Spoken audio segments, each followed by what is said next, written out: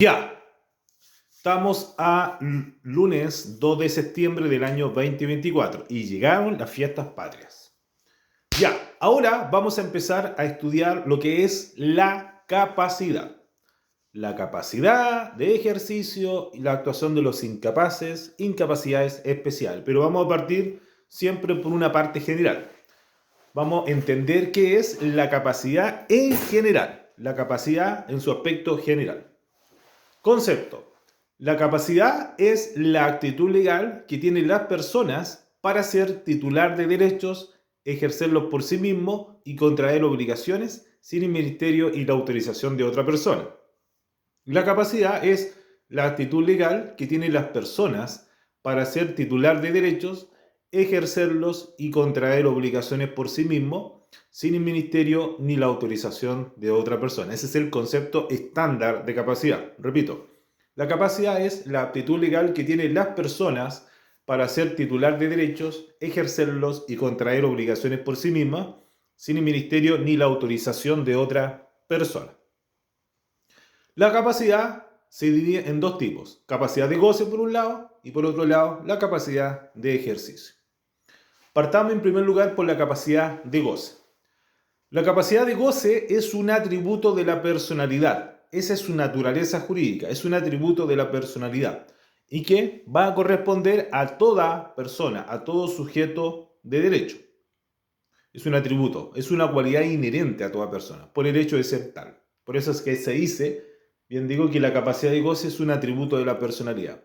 ¿Cómo podemos definir la capacidad de goce? Señalando que la capacidad de goce es la aptitud legal que tiene toda persona para ser titular de derechos.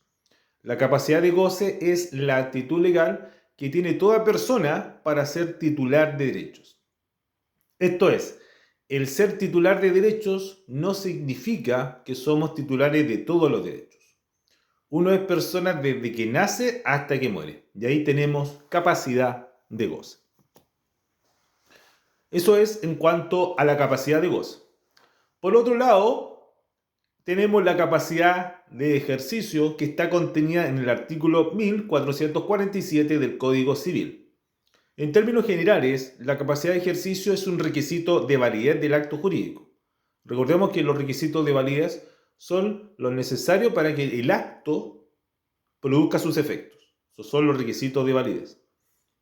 Y la capacidad de ejercicio podemos conceptualizarla señalando que es la actitud legal que tienen las personas para ejercer derechos y contraer obligaciones por sí mismas, sin el ministerio ni la autorización de otra persona. Repito, la capacidad de ejercicio es la aptitud legal que tienen las personas para ejercer derechos y contraer obligaciones por sí mismas, sin el ministerio ni la autorización de otra persona. Vamos con las características de la capacidad, particularmente de la capacidad de ejercicio.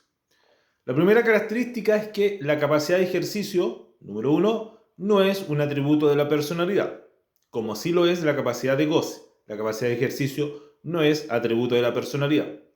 Número dos, la capacidad en general es una aptitud legal, ¿no es cierto? Es una aptitud legal, ya que, por así decirlo, la capacidad va a revelar qué personas son capaces, ¿no es cierto? Y esta revelación de señalar qué personas son capaces lo hace la ley. O sea, es la ley la que te va a decir quiénes son capaces.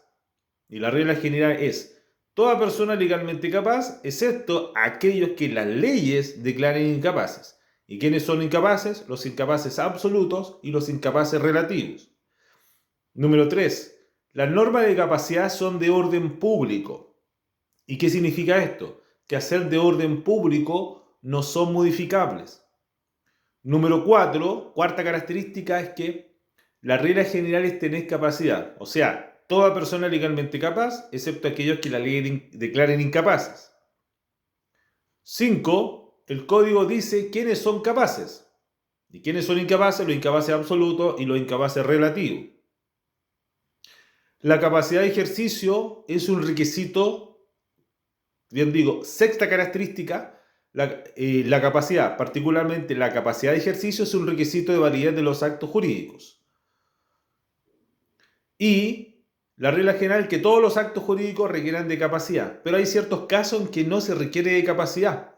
Por ejemplo, para ejecutar ciertos actos domésticos, como por ejemplo, para ir a comprar el pan, por ejemplo, no se necesita ser capaz.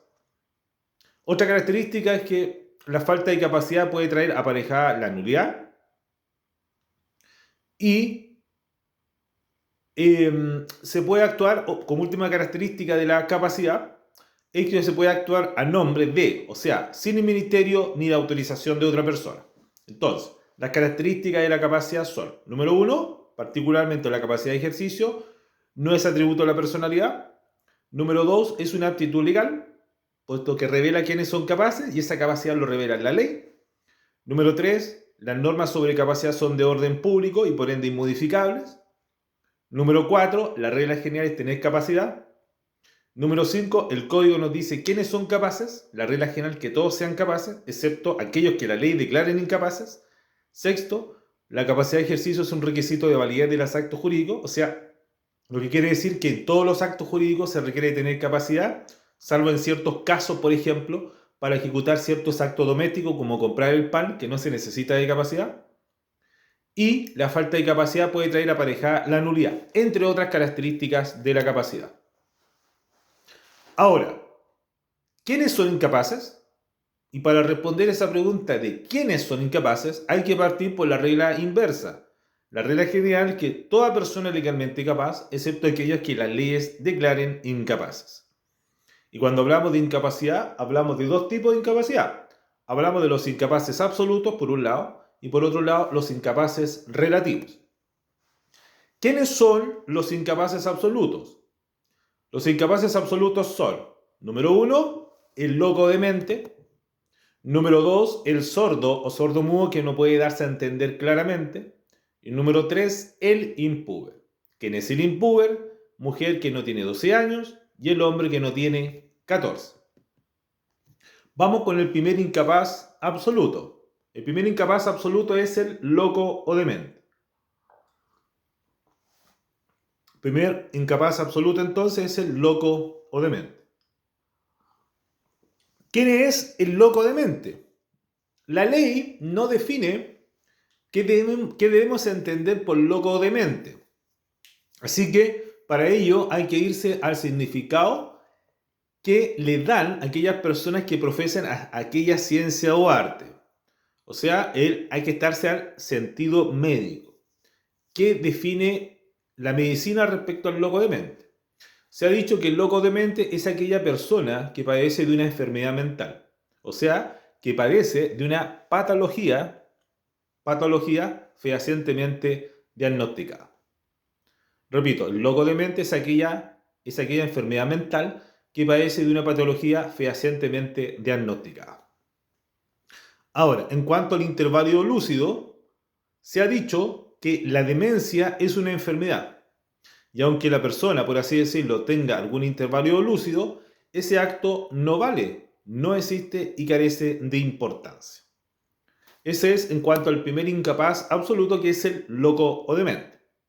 El segundo incapaz absoluto es el sordo o sordomudo que no puede darse a entender claramente. El segundo incapaz absoluto es el sordo o sordomudo que no puede darse a entender claramente. ¿Qué entendemos por sordo o sordomudo que no puede darse a entender claramente? Este sordo o sordomudo es un incapaz porque no puede dar a conocer su voluntad. Es decir, el sordo o sordomudo no puede ni hablar, ni escribir, ni manifestar su voluntad.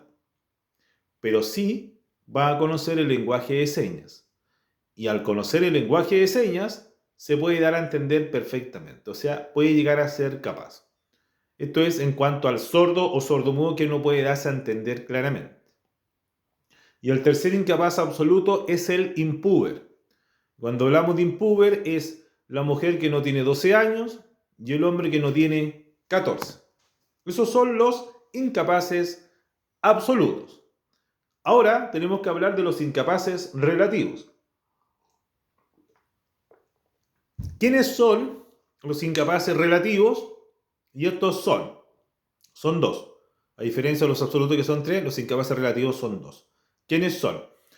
Son incapaces relativos el disipador que se encuentra en interdicción de administrar sus bienes, Son incapaces relativos el disipador, que se encuentra en interdicción de administrar sus bienes. O sea, el disipador que se encuentra en interdicción de administrar sus bienes es aquella persona que demuestra falta de prudencia en la administración de su patrimonio. Ese es el disipador. El primer incapaz relativo, entonces, es el disipador que se encuentra en interdicción de administrar sus bienes. Entonces, por disipador vamos a entender aquella persona que demuestre una falta de prudencia en la administración de su patrimonio. Y por estar interdicto, se permite, por así decirlo, que se nombre curador. Y el otro incapaz relativo es el menor adulto. ¿Quiénes son los menores adultos? Mujer que no tiene 12 años.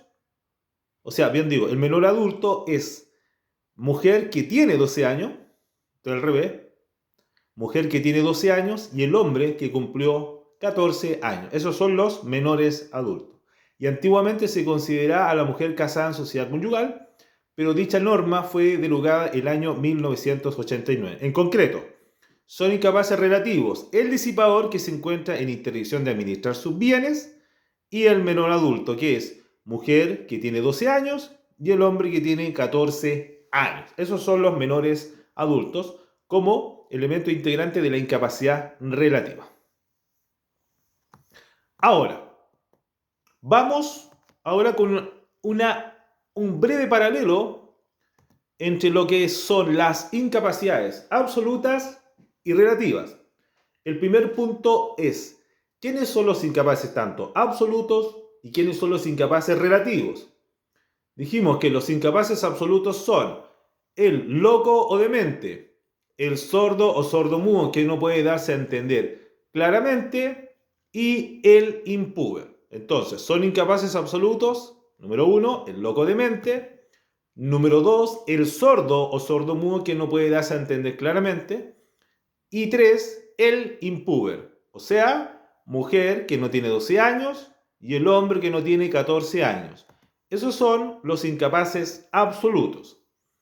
Por su parte, son incapaces relativos el disipador que se encuentra en interdicción de administrar sus bienes, número 1, y número 2, el menor adulto, o sea, la mujer que tiene 12 años y el hombre que tiene 14 años.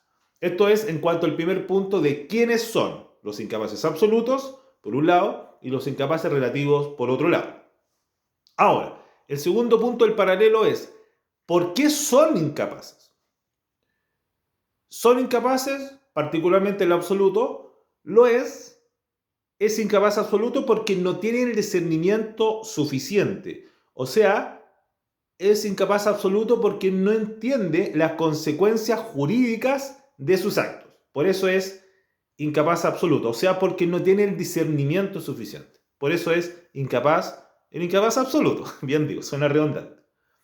Y el incapaz relativo, algo de discernimiento tiene, pero no es lo suficiente como para actuar por sí solo. Entonces, el incapaz absoluto es incapaz porque no tiene discernimiento suficiente y porque no entiende cuáles son las consecuencias jurídicas de los actos. En cambio, el incapaz relativo algo de discernimiento tiene, o sea, algo puede entender, pero no lo suficiente para actuar por sí solo. Tercer punto del paralelo es en cómo actúan. El incapaz absoluto solo puede actuar representado. El incapaz absoluto solo puede actuar representado. ¿Y quiénes son sus representantes legales? Antes era el padre o la madre, ahora son sus progenitores, el tutor o curador, ¿no es cierto? Y el juez. En tanto que el incapaz relativo solo puede actuar representado y también el incapaz relativo puede actuar de dos maneras. Número 1, previa autorización de su representante legal.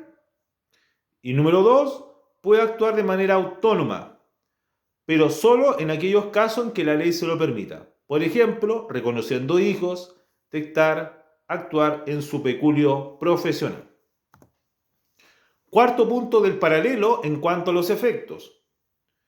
Los actos de los incapaces absolutos no producen siquiera obligaciones naturales y no admiten caución. Y los actos de los incapaces relativos generan obligaciones naturales y admiten caución. En cuanto a la sanción, los actos de los incapaces absolutos trae aparejada nulidad absoluta y los actos de los incapaces relativos trae aparejada nulidad relativa. Ahora, eso es en cuanto a este brevísimo paralelo entre las incapacidades absolutas y relativas. Habiendo hablado de la capacidad en términos generales, ahora vamos a hablar de las incapacidades o prohibiciones en otras materias. Por ejemplo, estas incapacidades o prohibiciones van a recaer sobre personas que son capaces, pero la ley no les permite realizar ciertos actos. O sea, son personas capaces, pero la ley no les permite realizar ciertos actos jurídicos. Por ejemplo, la compraventa entre cónyuges o el marido casado en sociedad conyugal, que para celebrar ciertos actos debe tener autorización de la mujer. O respecto de contrato en que el curador no puede realizar por sí solo. Por ejemplo, no puede donar bienes raíces del pupilo, ni siquiera con autorización judicial. ¿Ya? Otro tipo de capacidad particular es la capacidad en el matrimonio. Y acá hay que partir siempre de la misma base. Toda persona es legalmente capaz para contraer matrimonio, excepto aquellos que la ley declaren incapaces. ¿Y quiénes son incapaces para contraer matrimonio? Y estas incapacidades se distinguen en incapacidades, pero particularmente en el matrimonio, se le conoce como impedimentos dirimentes. Impedimentos dirimentes.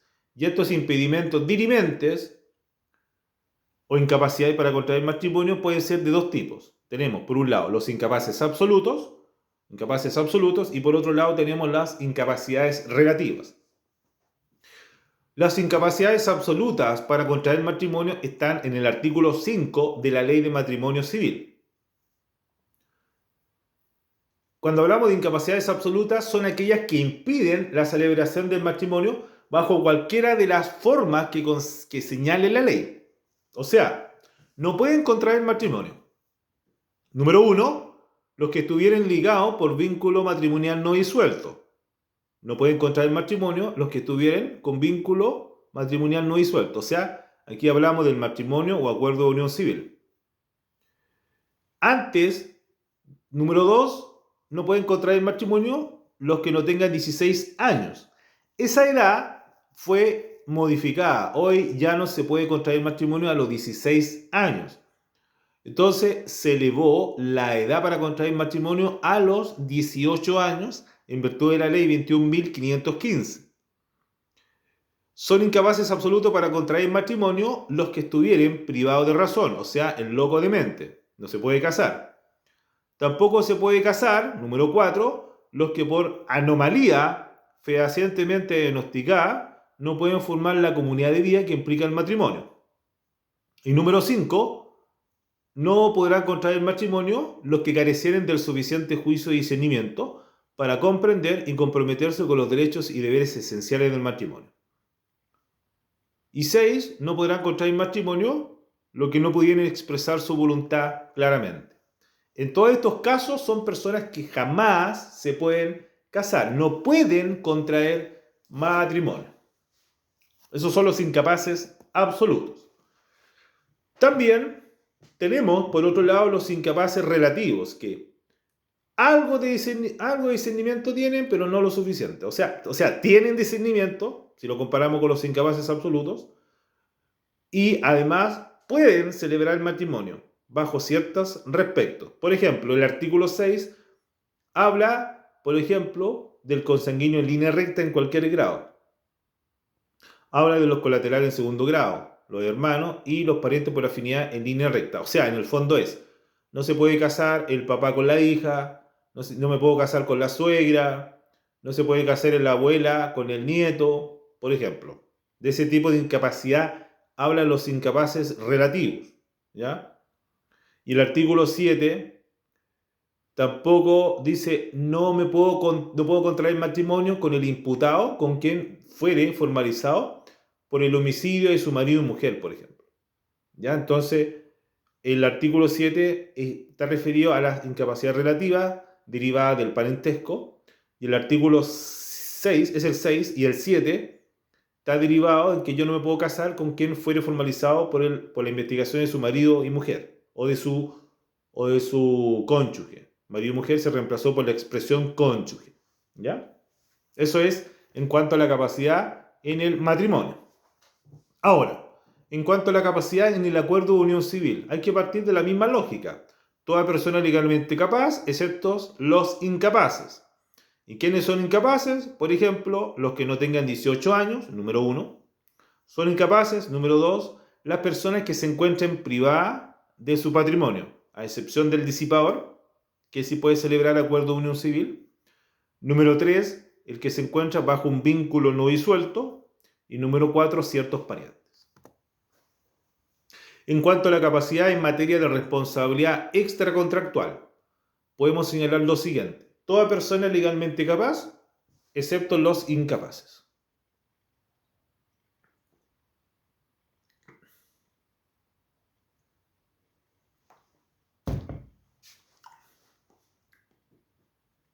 Ya, ahora vamos a entrar a estudiar la capacidad en materia extracontractual. Parte de la misma lógica. Toda persona legalmente capaz, excepto los incapaces. La plena capacidad en materia extracontractual se adquiere a los 16 años. ¿Y quiénes son incapaces extracontractualmente? Los dementes.